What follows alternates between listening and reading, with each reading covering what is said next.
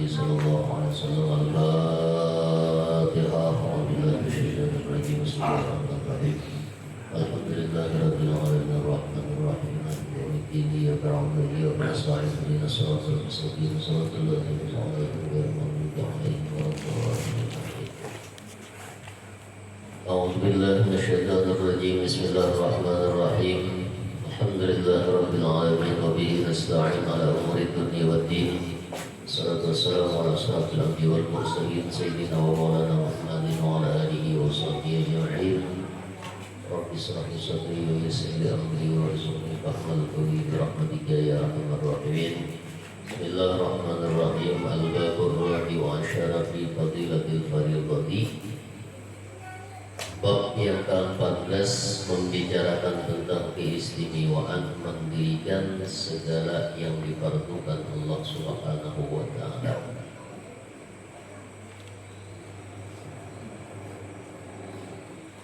Atau bab yang ke-14 pada membicarakan menyatakan kelebihan sembahyang fardu atau hal-hal sesuatu yang diwajibkan oleh Allah Subhanahu wa taala. Jadi sesuatu yang difardukan oleh Allah Subhanahu wa taala itu ada fadilah, ada keistimewaan. Kalau bahasa kita, kenapa jadi diwajibkan oleh Allah Subhanahu wa taala? Karena Tuhan itu tahu benar lawan insan, tahu benar lawan manusia, bahwa manusia itu apabila kada dipaksa bisa benar larut benar. Tahu itu larut lah. Mun larutnya karena tahu kisah karanja, takkan lubang, takkan tahi ayam dan lain sebagainya. Nah lalu dipaksa, membahasa kita itu wajib kan seakan-akan memaksa supaya si insan ini, supaya manusia ini bagus, bernilai, nyaman di dalam menjalankan kehidupan di alam dunia ini. Qala Nabi sallallahu alaihi wasallam buniyal Islam ala khamsin. Syahadati an la ilaha illallah wa anna Muhammadur Rasulullah. Dibina, dibangun Islam itu atas 5 perkara. Pertama, syahadat bahwa tidak ada Tuhan melainkan Allah, dan Nabi Muhammad adalah Rasul Allah Subhanahu wa taala. Rukun yang pertama ini atau bangunan yang pertama ini adalah merupakan fondasi. Sudah kita bahas bila syahadat alla ilaha illallah rukunnya ma'rifatullah, bila wa anna Muhammadur Rasulullah inilah yang dinamakan dengan ma'rifatun nafsi atau jalan nur Muhammad sallallahu alaihi wasallam. Itu dalilnya. Kalau ini orang memadahkan bahwa orang yang belajar jalan nur Muhammad itu kan ada dalilnya, seorang itu nah penyaksian kayak apa? Ya, syahadat itu sepanggal saja kan? Katakanlah, lihat ya orang bersyahadat, orang bersaksi, asyhadu an la ilaha illallah, ujung-ujungnya wa asyhadu anna Muhammadur Rasulullah. Nah duduknya kita hendak sampai kepada alla ilaha illallah, yaitu Muhammadur Rasulullah. Wa iqamis shalah, yang kedua adalah mendirikan sembahyang. Nah ini dalilnya kisahnya nih. Nah, tentang bab yang ke-14 mengerjakan segala yang diperlukan oleh Allah Subhanahu wa taala. Mendirikan sembahyang. Jelas sudah sembahyang itu yang diwajibkan Allah Subhanahu wa taala lawan kita ada lima. Diriwayatkan di dalam sebuah kitab, Ikrimah meriwayatkan daripada Ibnu Abbas radhiyallahu anhu, Jadi Ibnu Abbas radhiyallahu anhuma, Nabi sallallahu alaihi wasallam pernah bersabda, di antara hikmah bahwa Allah mewajibkan memfardukan sembahyang 5 waktu itu, apabila kita nih melaksanakan sembahyang zuhur, maka di waktu zuhur itu Allah Subhanahu wa taala menyalakan neraka jahanam. Jadi waktu zuhur itu Allah di ketika itu menyalakan neraka jahanam. Lalu barang siapa sembahyang zuhur pada waktunya, keluar orang tersebut dari dosanya seperti dia ketika diperanakan atau dilahirkan oleh ibunya. Nah, orang tuh hanya dilahirkan tuh bersih gak? Bersih. Bisa lah orang bersih itu dimakan oleh api neraka karena Hawa. Itu nama zahir aja dahulu nah. Orang nang bersih inilah orang nang kawa mengenal kepada Rasul. Orang nang kawa memusyahadahkan nur Muhammad sallallahu alaihi wasallam. Mafhumnya orang nang rigan, orang nang kada bersih, itulah orang nang kada kawa memusyahadahkan dengan sempurna kepada nur Muhammad sallallahu alaihi wasallam.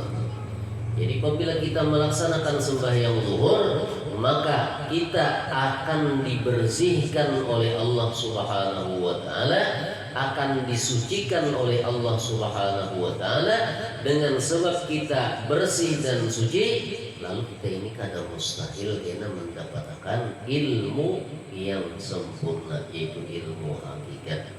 Bisa memandang kepada Rasulullah, bisa musyahadah kepada nur Muhammad sallallahu alaihi wasallam. Itu waktu zuhur, sembahyang zuhur. Lalu apa hikmahnya pulang kita ini melaksanakan sembahyang asar? Nah, di waktu asar inilah kisahnya Nabi Adam alaihi salatu wassalam memakan buah kayu yang bernama buah khuldi, ya kan? Lalu barang siapa sembahyang asar pada waktunya, diharamkan Allah Ta'ala jasadnya atas api neraka. Jasadnya itu haram api neraka memakan. Wajarnya tadi lah zuhur dibersihkan, disucikan Allah Subhanahu wa taala. Langaran sudah suci, sudah bersih ini dipelihara, digaduh-gaduh, jangan sampai kotor lagi. Bah kayak apa kelanjutannya supaya bersihnya itu bagus, supaya bersihnya itu berkelanjutan. Lalu sembahyang asar. Ketika kita melaksanakan sembahyang asar, lalu berkelanjutan suci dan bersihnya kita ini. Dengan sebab suci dan bersihnya kita, dan kita kada mustahil mendapatkan yang namanya musyahadah kepada nurnya Rasulullah sallallahu alaihi wasallam, dapat memandang kepada Rasulullah sallallahu alaihi wasallam, kita tadi kada bakalan dimasukkan api neraka. Nangaran kada masuk api nerakanya, otomatis jasad itu kada mungkin dimakan oleh api neraka. Tindak lanjutnya atau kelanjutannya ini supaya kita ini nangaran suci dan bersih itu berketarusan. Apabila kita tamanda zuhur aja asar kada, nah mulai sudah itu. Nah asalnya bersihnya itu 100%, nah berkurang 10%, berkurang 20%, sampai 50% sampai habis kena. Nah itu hikmahnya tadi, kenapa kita ini diperintah untuk melaksanakan sembahyang asar. Lalu maghrib pulang. Pada waktu maghrib inilah Nabi Adam alaihi salatu wassalam bertobat kepada Allah Subhanahu wa taala. Kan kita anda belum mendengar riwayat bahwa Nabi Adam ini setelah beliau memakan buah khuldi. Nah lalu Allah mengeluarkan Nabi Adam beserta istri beliau dari surga, diusir dari surga. Lalu Nabi Adam ini bertobat. Nah, taubatnya Nabi Adam yaitu pada waktu maghrib. Ini di dalam kitab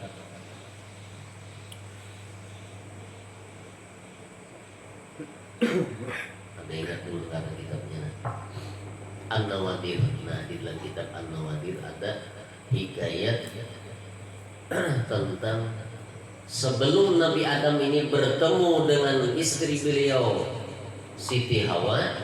Nah, itu kan berapa ratus tahun itu kisahnya. Menangis saja pada berdua laki binian nih. Nabi Adam menangis, Siti Hawa menangis, sama pada menangis karena tak pisah. Kada sesumat waktu nang tak pisahnya itu. Nabi Adam ini menurut riwayat diturunkan oleh Allah di negara Hindi sana atau India. Lalu Siti Hawa ini diturunkan di Jeddah. Jeddah itu bahasa Arab.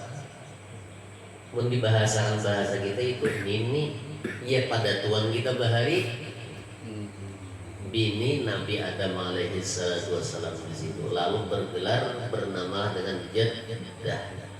Bertemu akhirnya di Jabal Rahmah. Nah, lalu dinamailah gunung itu dengan Jabal Rahmah karena pertemuan antara Nabi Adam alaihi salatu wassalam dengan Siti Hawa, ibunda Siti Hawa di Jabal Rahmah di Arafah situ. Makanya ngarannya Arafah. Arti Arafah itu saling bertemu antara Nabi Adam dengan Siti Hawa. Nah, menurut riwayat air mata yang dikeluarkan oleh Nabi Adam, air mata yang dikeluarkan oleh ibu Siti Hawa ini itu dicipta oleh Allah Subhanahu wa taala dengan berbagai macam binatang. Itu menurut beliau. Menangis hari-hari menangis sana aja dulu lagi bilangnya. Tetap bisa saling lawasan menangisnya. Nah, air mata yang digugurkan oleh Nabi Adam setelah menangis itu nah sudah gugur kemana nih ke bumi itu dicipta Allah Subhanahu wa taala berbagai macam binatang. Itu keterangannya ada di dalam kitab An-Nawadir. An-Nawadir ini jamak daripada nadirun. Ya, An-Nawadir artinya kisah-kisah, hikayat-hikayat yang langka, jarang dipertemukan, jarang dikisah-kisahkan orang di situ. Nah, jadi maghrib ini adalah waktu di mana Allah Subhanahu wa taala menerima taubat Nabi Adam. Lalu hikmah bagi orang yang melaksanakan sembahyang maghrib pada waktu maghrib, tiada meminta ia akan sesuatu hajat melainkan akan diberi oleh Allah Subhanahu wa taala. Wajar kalau zuhur suci bersih sudah.